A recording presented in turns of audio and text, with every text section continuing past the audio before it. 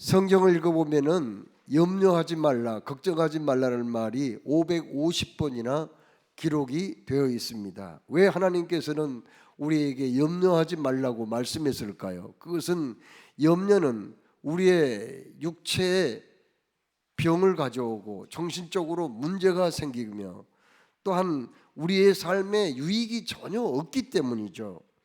제2차 세계대전 때 전쟁에 참가했던 미국 군인들 중에서 35만 명이 전사했다고 합니다.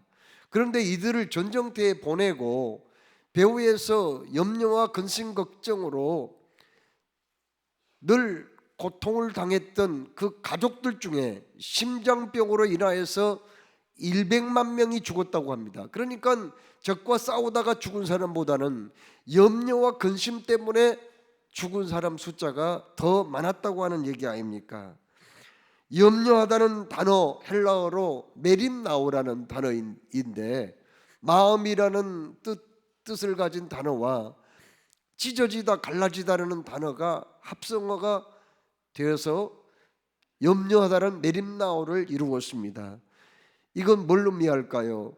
우리가 염려하고 걱정하면은 마음이 찢어지고 갈라진다는 거 아니에요? 정신적으로 분열이 될 수 있다는 그런 얘기가 되겠습니다.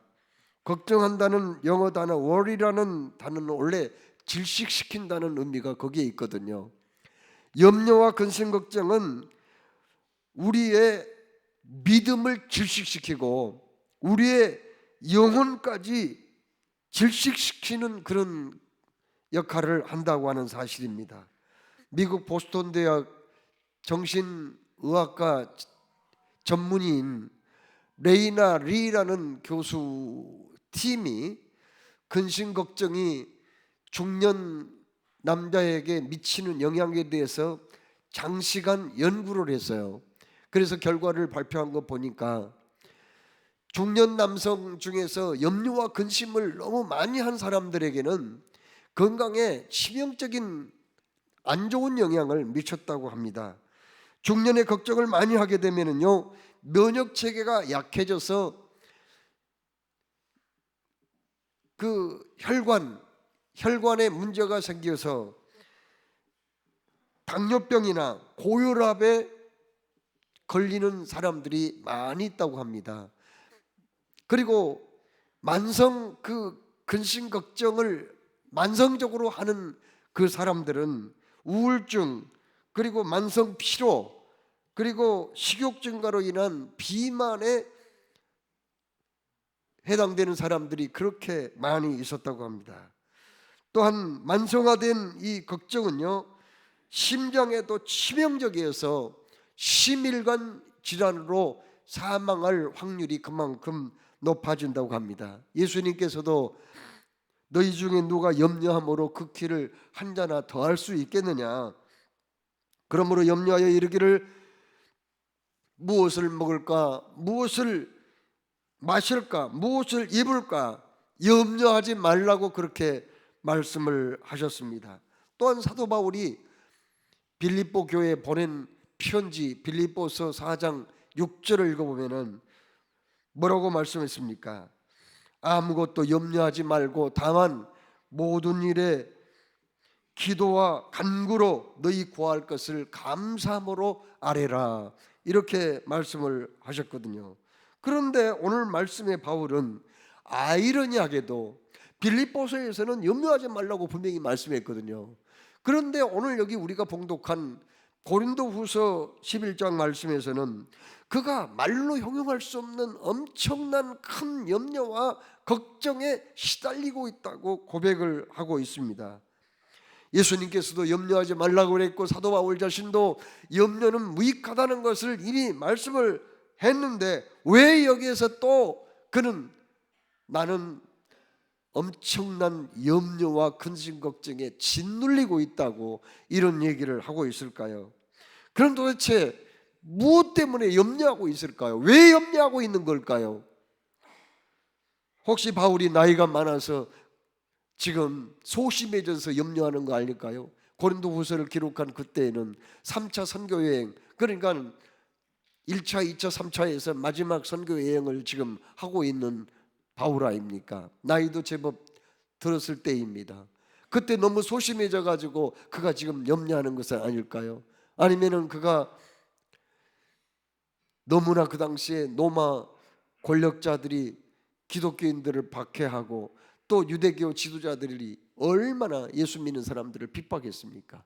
믿는 사람들, 특히 기독교 지도자들이 붙잡혀 가지고 감옥에 들어가고 매를 맞고 화형을 당하거나 참수형 당한 일들이 비일비재해 있거든요. 그때 바울이 그 박해를 못 이겨서 지금 근심 걱정하거나 있지는 않을까요? 그가 초창기 때는 성령 충만하고 믿음이 좋았지만은 시간이 지나서 그가 믿음이 약해져서 행여나 원망하고 또 믿음이 약해져서 지금 근심 걱정하고는 있는 것은 아닐까요? 도대체 그가 왜 그렇게 염려하고 근심하고 고통 중에 있었습니까?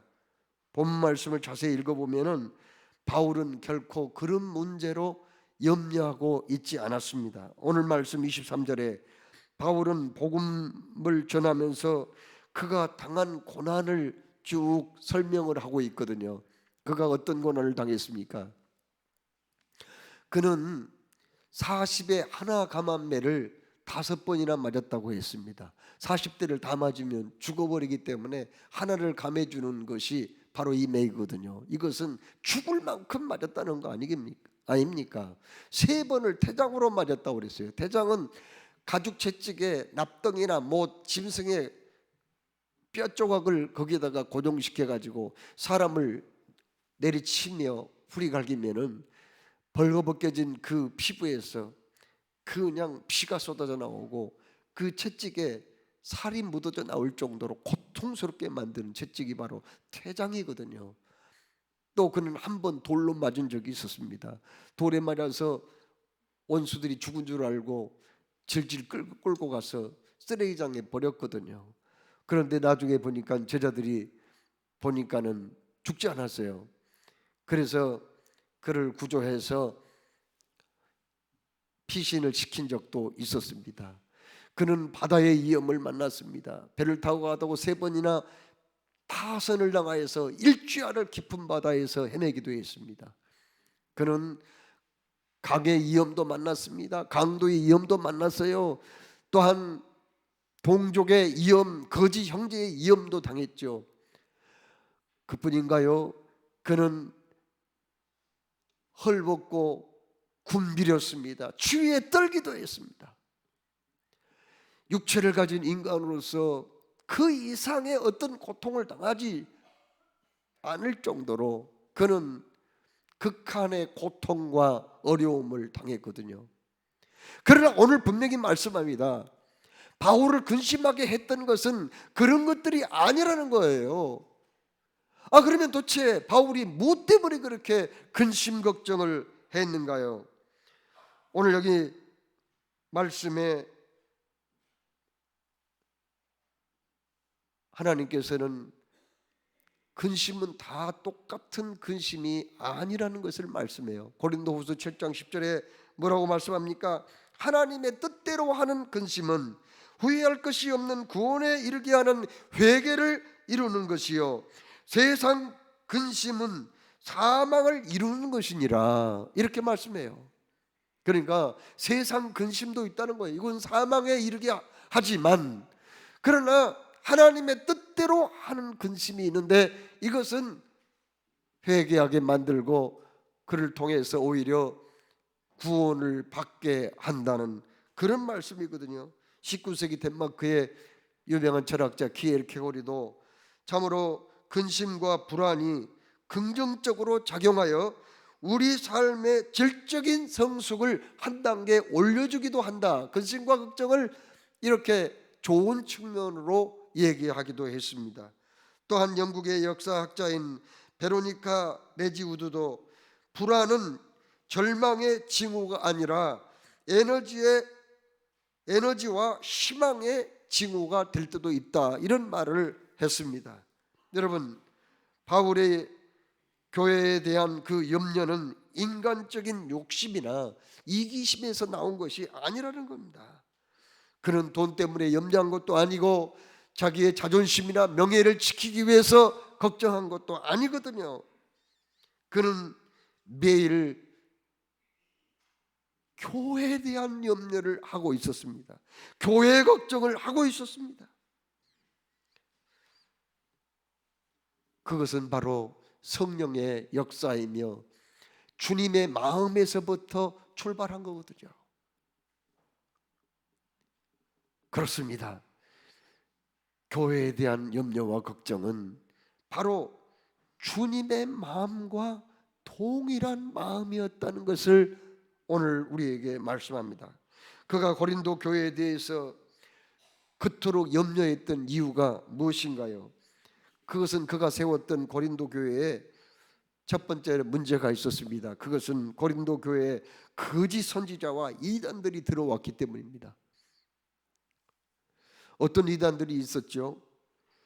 고린도 교회에는 율법주의자들과 영지주의가 있었거든요. 영지주의 이단은 뭔가요? 그것은 예수님의 존재를 인정하기는 하지만 예수님은 피조물이라는 거예요. 여러분, 사람이나 이 세상에 존재하는 모든 전체 우주 사물들은 다 하나님의 피조물이죠. 또 천사까지 피조물이거든요. 그러나 예수님은 피조물이 아니에요. 스스로 계신 분이에요. 성자 하나님이라고요.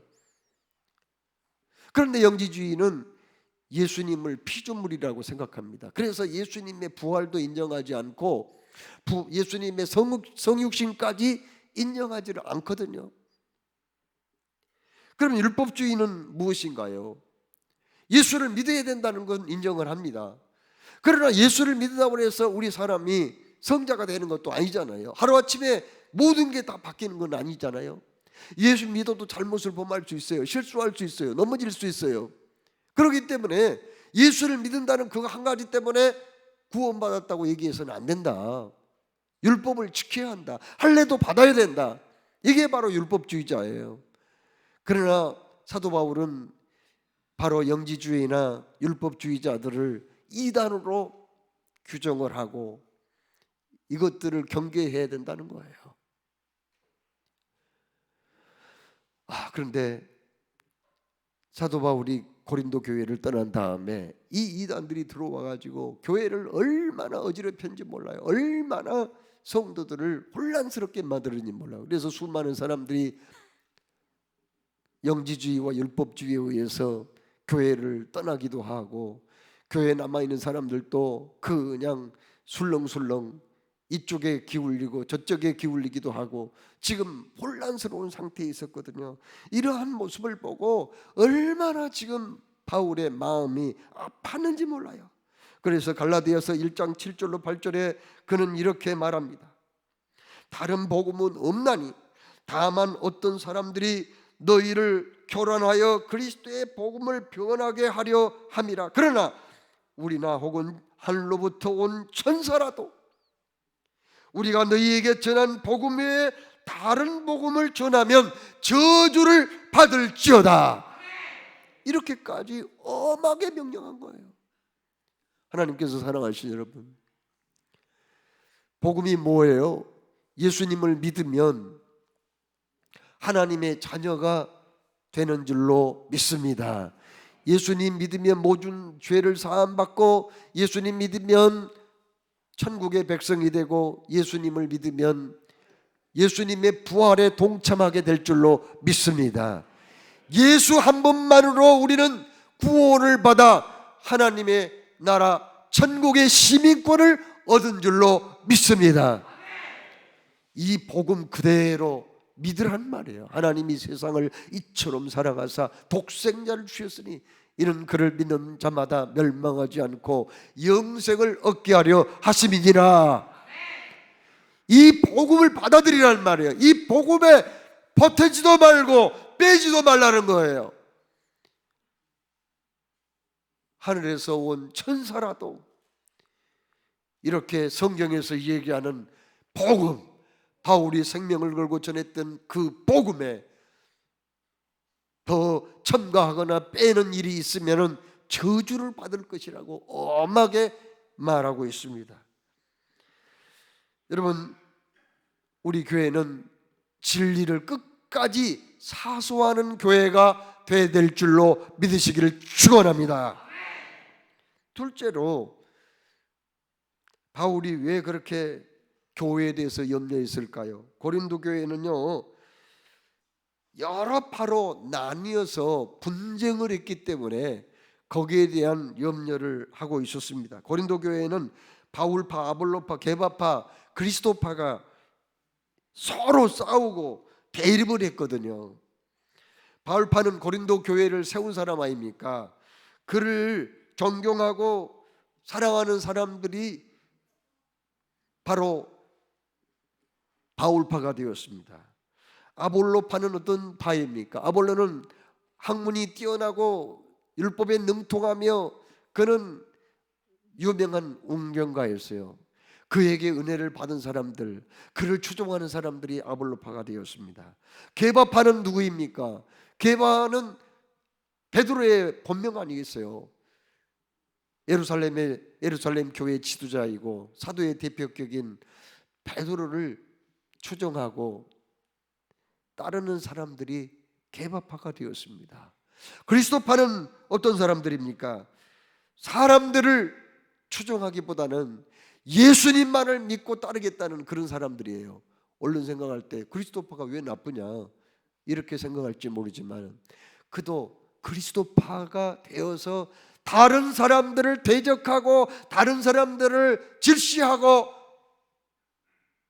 자기 파가 아닌 사람들을 멀리했기 때문에 그들도 역시 문제가 있었다는 거 아니겠어요? 하나님께서 사랑하신 여러분, 교회는 주님이 핏값으로 사신 하나님의 가족인 줄로 믿으시기 바랍니다. 자녀가 여럿이라도 편애하면은 엄청난 상처와 부작용이 있는 것처럼 교회는요, 공동체이기 때문에 모두 다 그리스도의 가족이기 때문에 편을 가르거나 내가 좋아하는 사람끼리만 어울리거나 서로 뭐 구판이 심판이 그 교회에 그냥 오래전부터 자리를 잡고 있었다느니 아니면 새로운 사람들이니 하면서 서로 반목을 하고 파당을 짓는 걸 우리 주님은 너무 그걸 싫어하세요. 그런 모습을 보면 너무 아파하세요. 그러므로 우리 모두는 하나인 줄로 믿으시기 바랍니다. 우리 교회 모든 성도들은 사랑을 받아야 되고 또 기쁜 일이 있으면 함께 나누고 슬픈 일이 있으면 또 함께 나눔으로 기쁨은 배가 되고 슬픔과 아픔은 점점 작아져 없어지는 아름다운 신앙의 공동체, 그리스도의 가족이 되어야 할 줄로 믿습니다. 여러분, 그러면 도대체 교회가 무엇이기에 바울은 그토록 교회를 사랑했을까요? 교회가 도대체 무엇이기에 바울이 교회를 생각하면은 문제가 있을 때, 어려움이 있을 때 그토록 괴로워했냐고요. 마치 큰 바위가 짓눌러서 지금 숨을 쉴 수 없을 만큼 그런 고통을 느끼고 있는 바울이었거든요. 도대체 교회가 뭡니까?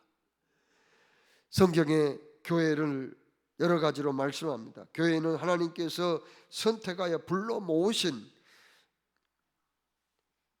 사랑과 신앙의 공동체이거든요. 이 세상은 죄로 말미암아 멸망할 수밖에 없었어요. 그 중에서 우리 주님이 선택하여 불러내는 사람들이 있었습니다. 그 선택하여 불러낸 사람들이 함께 모인 공동체, 바로 여기 이 교회 공동체인 줄로 믿으시기 바랍니다. 교회는 주님의 핏값으로 사셨어요. 100만 원 주고 어떤 물건을 사면은 100만 원의 가치가 있기 때문이라고 생각했기 때문에 산 거 아니에요. 1000만 원 주고 어떤 물건을 샀으면은 1000만 원의 가치가 있기 때문에 산 거 아니겠어요? 그런데 우리 주님은 주의 핏값으로 교회를 사셨어요. 그것은 교회를 당신의 생명만큼 소중하게 여기셨기 때문인 줄로 믿습니다.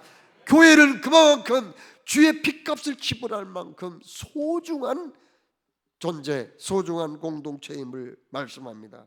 교회는 예수님이 친히 세우셨고요, 또 교회는 음부의 권세가 이기지 못하도록 주님이 끝까지 지키고 보호하시는 신앙의 공동체인 줄로 믿습니다.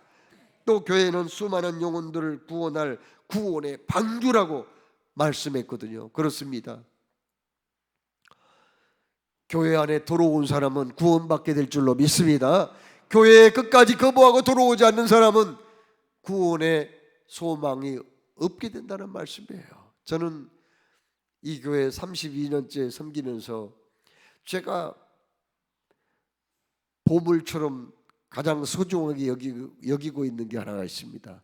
그건 바로 우리 교회, 제가 여기 목회할 때 그때부터 등록 카드를 내밀고 우리 교인이 되신 분들의 카드입니다. 등록 카드. 등록 카드 엄청납니다. 수십 건이에요. 제가 이렇게 다 안아도 안을 수가 없을 만큼 많은 사람들이 우리 교회에 등록을 했어요. 근데 그 사람들이 여기 다 남았다면은 아마 이 교회 2배, 3배 큰 공간이라도 감당을 못할 거예요. 이 지역은 유동인구가 많잖아요. 그래서 직장을 따라서 저기 울산으로 이사 가신 분들, 사업을 하기 위해서 광주, 저기 목포로 가신 분도 있어요. 외국에 이민 간 분들도 많이 있습니다. 처음에 그분들이요, 우리 교회 올 때는 불교에 심취해가지고 20년 30년 보살 치호까지 받고 불교를 믿었던 사람들이 와가지고 은혜 받고 권사가 되신 분도 있어요. 부부간에 그렇게 점 버는 걸 좋아하고 이곳저곳 점집에 찾아다니는 그런 분이 와가지고 여기에서 은혜 받고 좋은 일꾼 돼가지고 지금은 신실한 목회자가 된 사람도 있어요. 참으로 이 교회를 통해서 하나님이 얼마나 수많은 영혼들을 구원했는지 몰라요. 그 구원받은 사람들, 우리에게 등록한 사람 숫자가 얼마인지 얘기한다면 아마 여러분은 깜짝 놀랄 겁니다. 하나님이 이 교회를 통해서 그런 일을 하신 줄로 믿으시기 바랍니다. 교회는 무엇입니까? 하나님의 거룩한 집이라고 말씀했어요. 하나님의 구별을 받은 사람들 모여서 하나님 섬기는 곳이고 교회란 말입니다. 교회는 진리의 기둥과 터입니다. 모든 진리 복음은 여기에서부터 흘러나가게 되는 줄로 믿으시기 바랍니다. 교회는 주님의 몸이며 우리는 그분의 지체들이거든요. 교회는 하나님 앞에 가장 영광스러운 존재라고 에베소서 5장 27절에 말씀했습니다. 교회가 이만큼 소중한 거예요. 그래서 바울은 교회 걱정을 그렇게 한 거예요. 교회가 문제가 생겼을 때, 교회가 병들었을 때 너무 괴로워했던 바울이 아니었던가요? 교회가 이렇게 소중한 존재이기 때문에 바울은 교회를 사랑했고 교회를 위해서 자기 목숨까지 바칠 수가 있었어요. 여러분, 골로새서 1장 24절에 바울은 뭐라고 고백합니까? 그가 로마 감옥에 있을 때 보낸 편지입니다. 나는 이제 너희를 위하여 받는 괴로움을 기뻐하고 그리스도의 남은 고난을 그의 몸된 교회를 위하여 내 육체에 채우노라. 무슨 말입니까? 예수님께서 교회를 세우기 위해서 십자가에 못 박혀 고통을 당한 것처럼 나는 교회를 위해서 내 자신의 어떠한 고난도 감수하며 주님이 당했던 그 고난을 내가 내 몸으로 받겠다는 그런 고백이 아니겠습니까? 여러분, 이 교회는 여러분이 필요한 물건을 구입하기 위해서 자주 들락거리는 쇼핑센터나 슈퍼마켓이 될 수가 없어요. 어느 날 그 슈퍼마켓에 갔더니 예년보다 가격이 많이 올랐어요. 비싸게 받는 것만 같아요. 직원이 친절해요. 그러면 바꿀 수도 있는 거 아니겠어요? 이 교회는 그런 우리가 이용하는 슈퍼마켓이나 쇼핑센터가 될 수가 없어요. 이 교회는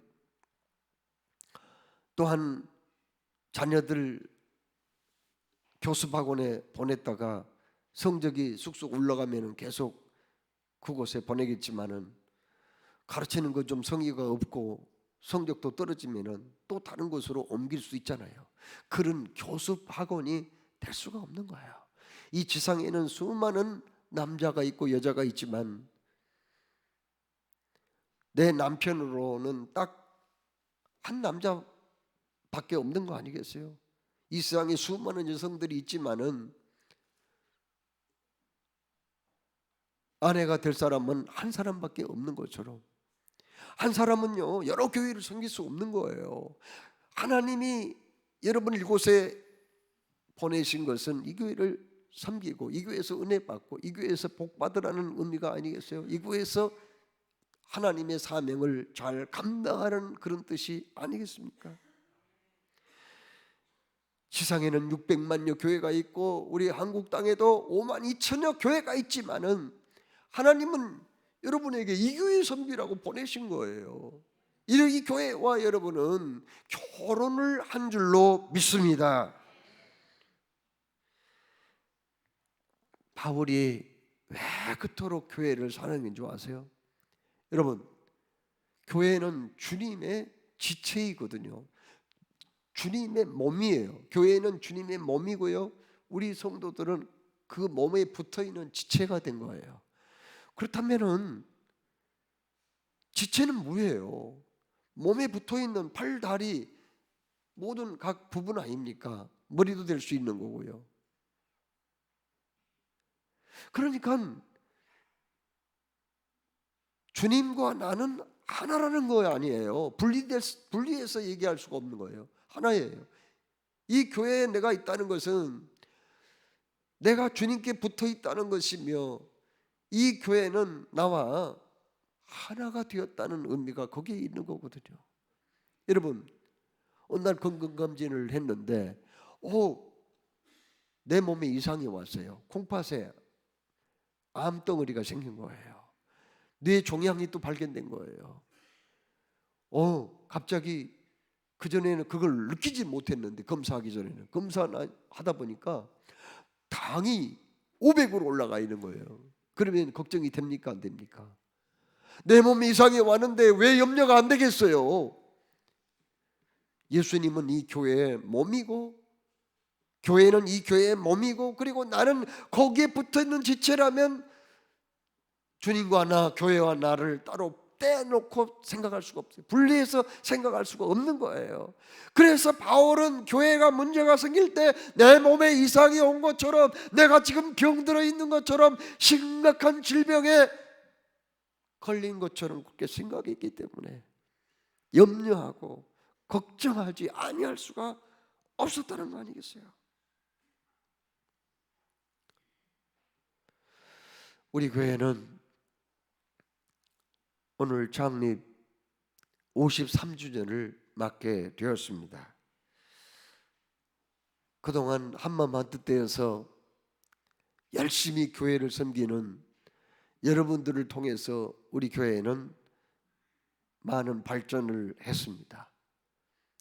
지역사회를 섬기며 세계를 품는 교회라는 그런 표어를 가지고 우리는 꾸준히 전진하고 노력을 했죠.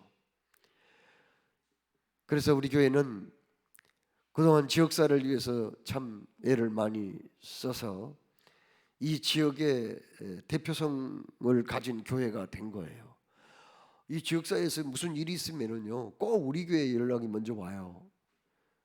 우리 교회는 한 20년 이상 우중에, 그러니까 비가 올 때 우천시에 그 예비군 훈련 있잖아요. 꼭 우리 교회에서 와서 했습니다.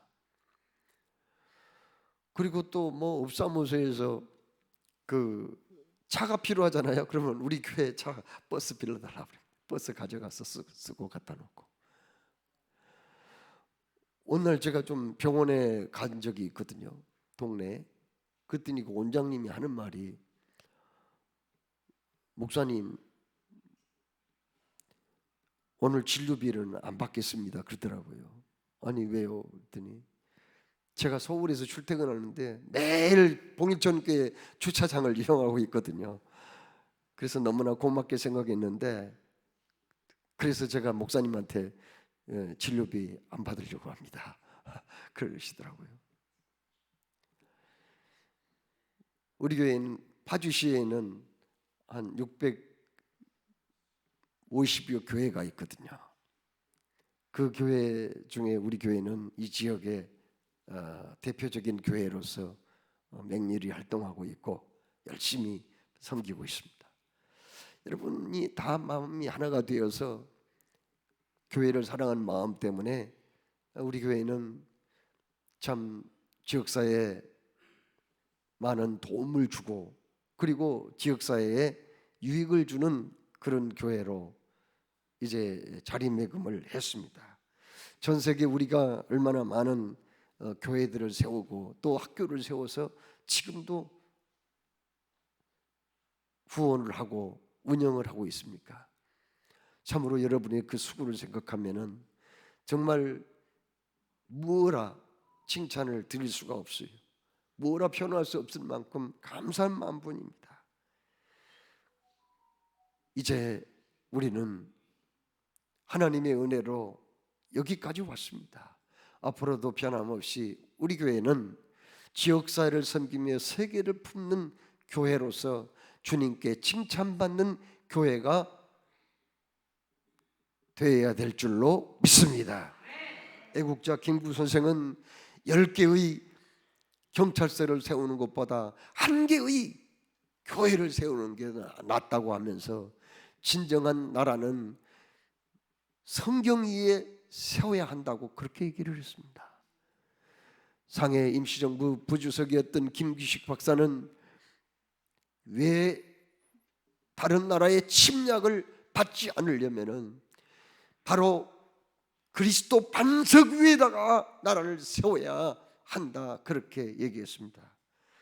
이승만도 새로운 국가를 건설할 때 만세 반석 대신은 그리스도 위에 이 나라를 세우자고 역설을 했습니다. 내가 섬기는 교회가 은혜롭고 평안해야 이 사회도 평안하고 우리 가정도 평안할 수밖에 없습니다. 교회가 잘 되어야 이 국가와 민족도 잘 살게 될 줄로 믿습니다. 교회가 살아야 세상이 삽니다. 여기까지 우리 교회를 인도하시고 여기까지 우리 교회를 참으로 사랑하는 마음으로 지성으로 여러분이 섬기셨는데, 더 아름다운 교회, 좋은 교회를 세워가는 일에 모든 성도들이 일심단결하여 나아갈 때 하나님께 칭찬받고 상받는 우리 교회, 그리고 여러 많은 성도들 다 되시기를 주의 이름으로 축원합니다. 사랑해 주님, 오늘도 말씀을 주셨습니다. 주신 말씀 기억하며